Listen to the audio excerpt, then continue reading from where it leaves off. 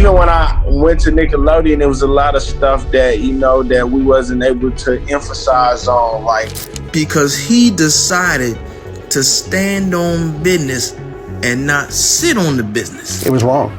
It was wrong that I ever put anybody in that position. It was the wrong thing to do. I'd never do it today.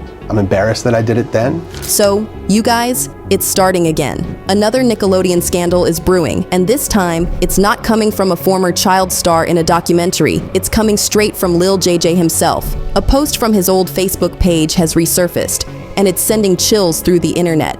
It says, "Just Jordan got canceled. I ain't giving up no ass lol."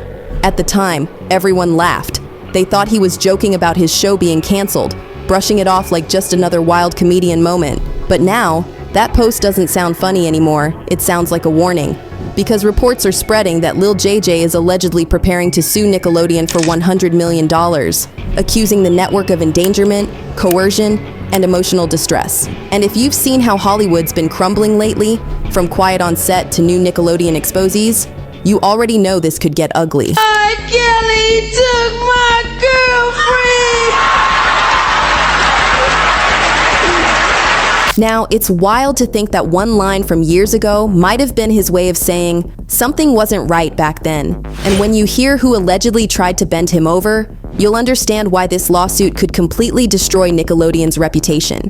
Now, before all this, Lil JJ was that kid. He started in stand-up, crushed it on Def Comedy Jam Jr., and became Nickelodeon's golden boy. By 2007, he had his own show, Just Jordan, about a funny, relatable teen navigating life in Memphis. For a lot of kids, he was the first black Nickelodeon lead they'd ever seen who wasn't a sidekick or background character. He made being funny cool, and for a while, he looked unstoppable. Here's a quick flashback from back in the day. Bad boys.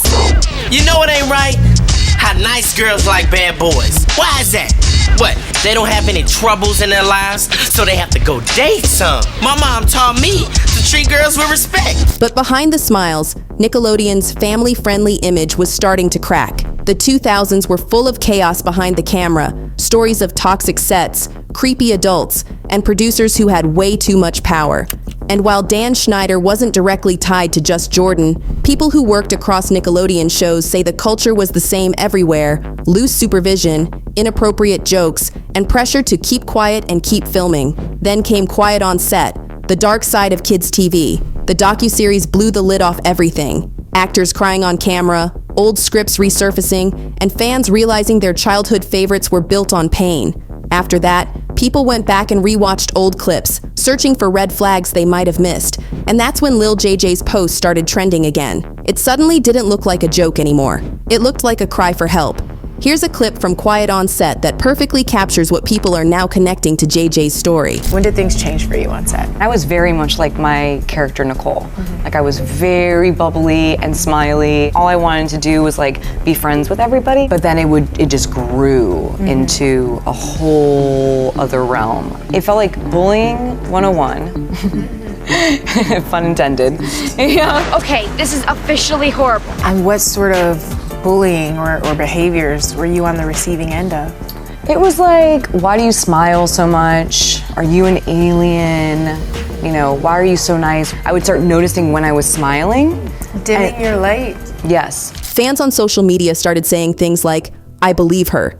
Little girls can be nasty, especially if there is jealousy." And honestly, the timing makes sense. His post resurfaced right when everyone was finally talking about what really went on at Nickelodeon. Let's be real. Nickelodeon has a long history of pushing certain stars forward, while quietly burying others. And when you look at the record, most of the shows led by black actors were the first to disappear. Just Jordan, Cousin Skeeter, Romeo, all canceled fast despite solid ratings. Meanwhile, white-led shows from the same era kept getting renewed. Take a look at this old Nickelodeon promo lineup. Notice which faces stayed and which quietly faded out. Max, look! It's Scooby on his new polo stick! Hey, Scooby, that looks like fun! Wow, you sure can jump! Get me off this thing! Let's have some fun! Hey, Scooby Tuffman is off his pogo stick too! Wanna jump again? Do ya? Yeah, the Rogo Jump! Now add in the darker rumors, producers making inappropriate jokes, executives protecting each other, and young stars being told to be grateful. JJ wasn't just some comedian with a camera. He was a kid navigating a system that saw him as disposable. And that's why people believe his lawsuit isn't just about exploitation, it's about racism too. Because when you're the only young black lead in a network full of predators, unsafe working conditions start to mean something much deeper.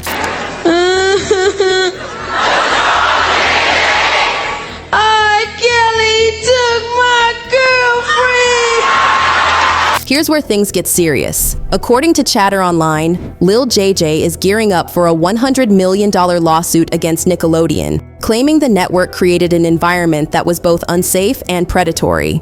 Fans are speculating that the suit could accuse Nickelodeon of ignoring inappropriate behavior from senior staff and coercing child actors under the threat of being replaced. This clip shows exactly why people are taking his post seriously. An old Nickelodeon behind-the-scenes clip where he talks about being put on the spot to hit on girls. My friend, we never get in situations where he put me in a bad situation I don't want to be in. My friend do crazy stuff, like if it's a girl come by and she looks beautiful, she looks good, my friend be like, hey, yo, Jake wanna holler at you, and to put me on the spot, I'd be like, If that's true, this isn't just about money or reputation. It's about survival. Not long after the docuseries aired, Dan Schneider broke his silence with an interview for The Hollywood Reporter. He said he regretted his behavior, talked about learning from mistakes, and tried to frame everything as misunderstandings. But fans weren't buying it, not even a little. Here's part of that apology clip that made everyone even angrier. It was wrong. It was wrong that I ever put anybody in that position. It was the wrong thing to do. I'd never do it today. I'm embarrassed that I did it then. I apologize to anybody that I ever put in that situation. And even additionally, I apologize to the people who were walking around Video Village or wherever they happened, because there were lots of people there who witnessed it who also may have felt uncomfortable. So I owe them an apology as well. Yeah. The reaction online was brutal. People said it didn't sound like accountability. It sounded like excuses.